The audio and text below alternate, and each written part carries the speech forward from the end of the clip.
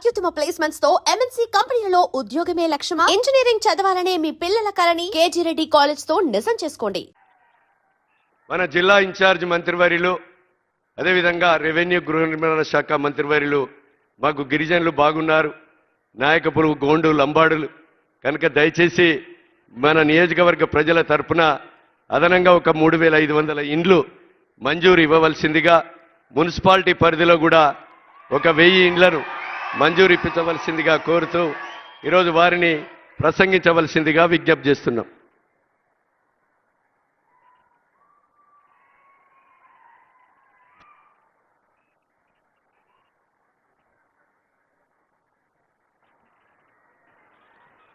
Check. సభకు నమస్కారం.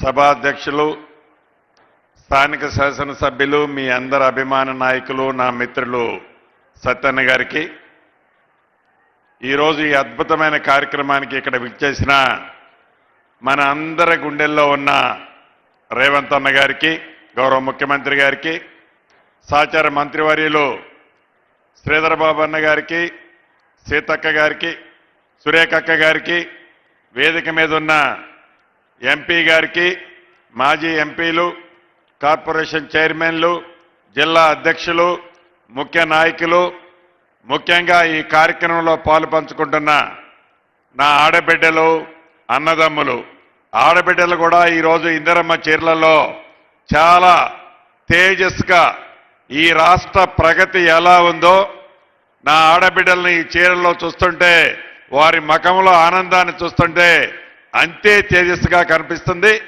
నా తోబుట్టువుల ఆడబిడ్డలందరికీ, మీడియా మిత్రులకు కూడా పేరు పేరున హృదయపూర్వక నమస్కారం. మీ దీవెనలతో వచ్చిన ఈ ప్రభుత్వం ఈ మధ్యనే 2 సంవత్సరాలు పూర్తి చేసుకున్నాం. అనేక సంక్షేమ కార్యక్రమాలు, పేదవాడికి అండదండలుగా ఉంటానని చెప్పిన దాంట్లో ఇందాక మిత్రులు చెప్పినట్లు అనేక సంక్షేమ కార్యక్రమాలు పేదవాడికి పూర్తి భద్రత, భరోసా కల్పించే విధంగా ఈ ప్రజాప్రభుత్వం గౌరవ ముఖ్యమంత్రి రేవంత్ రెడ్డి గారి నాయకత్వంలో నిరంతరము తపిస్తూ శ్రమిస్తూ పేదవాళ్ల శ్రేయసే ఈ ప్రభుత్వం యొక్క ముఖ్య ఉద్దేశంలా పనిచేస్తుంది. మీరు చూస్తూనే ఉన్నారు. దాంట్లో భాగమే సన్న బియ్యం కానీ, రేషన్ కార్డులు కానీ, 200 యూనిట్ల ఉచిత విద్యుత్ కానీ, ఇలా చెప్పుకుంటూ పోతే అనేక సంక్షేమ కార్యక్రమాలు పేదవాళ్ళకి ఇచ్చాం. ప్రధానంగా ఇందిరమ్మ ఇళ్ళు ఆనాటి 10 సంవత్సరాల పాలనలో పేదవాడి కలని కలలానే ఆనాటి దొరవారు ఉంచితే, ఈ ప్రజాప్రభుత్వం పేదవాడికి ఆత్మగౌరవానికి చిహ్నంగా ఉండే ఇందిరమ్మ ఇళ్ళు రాష్ట్ర వ్యాప్తంగా మొదటి విడత 4.5 లక్షల ఇళ్ళు ఇచ్చాం. మన భూపాలపల్లి నియోజకవర్గానికి ఇచ్చాం, మన భూపాలపల్లి మున్సిపాలిటీలో కూడా ఇచ్చాం. ఇంకా అర్హులైన పేదవాళ్ళు, ఇందాక సత్యన్న గారు అడిగినట్టు భూపాలపల్లిలోనే కాదు అనేక పట్టణాలలో అర్హులైన పేదవాళ్ళు ఇంకా ఉన్నారు. దానికి కారణం ఆనాటి 10 సంవత్సరాలలో సంవత్సరానికి ఒక 100 ఇచ్చున్న నియోజకవర్గంలో మున్సిపాలిటీల్లో 1000కి పైగా అయ్యుండే 10 సంవత్సరాల్లో. కానీ ఆనాడు ఇవ్వని కారణంగా మొదటి విడత ఇప్పుడు ఇచ్చాం. రేపు గౌరవ ముఖ్యమంత్రి గారు కేబినెట్ ఆలోచనలకు అనుగుణంగా రేపు ఏప్రిల్ నెలలో 2వ విడత ఇస్తున్నాం. ఇంకా 3 విడతలు అర్హులైన పేదవాళ్ళకి ఈ ప్రభుత్వం తప్పకుండా ఇందిరమ్మ ఇల్లు ఇచ్చి తీరుద్ది. పేదవాడి కష్టం తెలిసిన ప్రభుత్వం ఇది, పేదవాడి బాధ తెలిసిన ప్రభుత్వం ఇది. ఇల్లు అనేది గౌరవానికి చిహ్నం కాబట్టి ముఖ్యమంత్రి గారు పదే పదే చెప్తున్నారు. ఇందాక చెప్పేది కూడా నా చెవులో, ఇందిరమ్మ ఇళ్ల విషయంలో ఎక్కడా తగ్గేది లేదన్నా, ఇంకా అధికంగా ఇచ్చి ఆడబిడ్డల్ని రాష్ట్ర వ్యాప్తంగా ఆదుకోవాలి.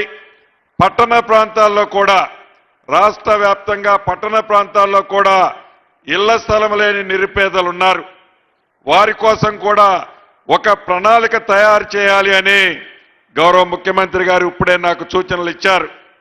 100% రాష్ట్ర వ్యాప్తంగా ఉన్న పట్టణాల్లో, అది భూపాలపల్లి కావచ్చు, కరీంనగర్ కావచ్చు, నిజామాబాద్ కావచ్చు, వరంగల్ కావచ్చు, ఖమ్మం కావచ్చు, ఆదిలాబాద్ కావచ్చు, అదే రకంగా రెండో రకంగా ఉండే కొత్తగూడెం కావచ్చు, వైరా కావచ్చు, సత్తుపల్లి కావచ్చు, ఇంకా ఏ మున్సిపాలిటీలోనైనా అర్హులైన పేదవాళ్ళు చాలా మంది ఉన్నారు.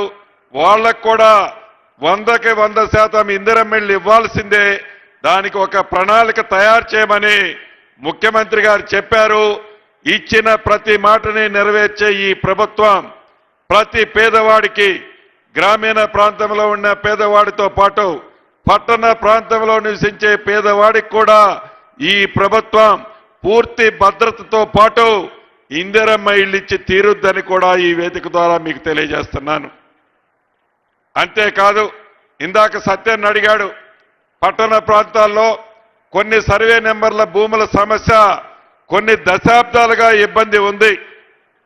అది భూపాలపల్లి కావచ్చు, పాలవంచ కావచ్చు, నిజామాబాద్ కావచ్చు, కరీంనగర్ కావచ్చు, ఇలా ప్రతి పట్టణాల్లో వందలాది ఎకరాలకు సంబంధించిన సర్వే నెంబర్లలో భూములున్నాయి. వాటికి సరైన డాక్యుమెంట్ లేని కారణంగా అక్కడ నివసించే నిరుపేదలు, భూములు కొద్దిగా ఉన్న ఆసాములు ఏదైనా పెళ్లి చేసుకోవాల, బిడ్డకి పెళ్లి చేయాలన్నా, కొడుకుకి చదివించాలన్నా, బ్యాంకులో లోను పెట్టాలి అంటే ఆ బ్యాంకులో లోను పెట్టే విధంగా ఆ పత్రాలు లేని కారణంగా ఆ భూములున్న ఆసాములు ఇబ్బంది పడుతున్నారు. తప్పకుండా ఈ మధ్యనే లైసెన్స్డ్ సర్వేలను ఏర్పాటు చేశాం. కొత్త భూభారతి చట్టాన్ని తెచ్చుకున్నాం. ఈ చట్టం ద్వారా, ఈ లైసెన్స్డ్ సర్వేల ద్వారా ఏవైతే ఈ భూ సమస్యలు ఉన్నాయో, ఇందాక సత్యన్న చెప్పిలాంటి సమస్యలు, ఈ ప్రభుత్వం వాటిని కూడా శాశ్వతంగా ప్రజలకు ఉపయోగపడే విధంగా, ప్రజలకు ఇబ్బంది లేని విధంగా ఆ సమస్యను కూడా ఈ ప్రభుత్వం పరిష్కరిస్తుందని. ఇది మీ ప్రభుత్వం, మీరెన్నుకున్న ప్రభుత్వం, మీరు ఆశీర్వదించి దీవించిన ప్రభుత్వం. మీకు సంక్షేమ కార్యక్రమాలు ఇచ్చాము కాబట్టే మొన్న గ్రామ పంచాయతీ ఎన్నికల్లో 68-69% గెలిపించారు. పట్టణ ప్రాంత ప్రజలు కూడా సంక్షేమాలు ఈ ప్రభుత్వం నుంచి మీకు అందుతున్నాయి.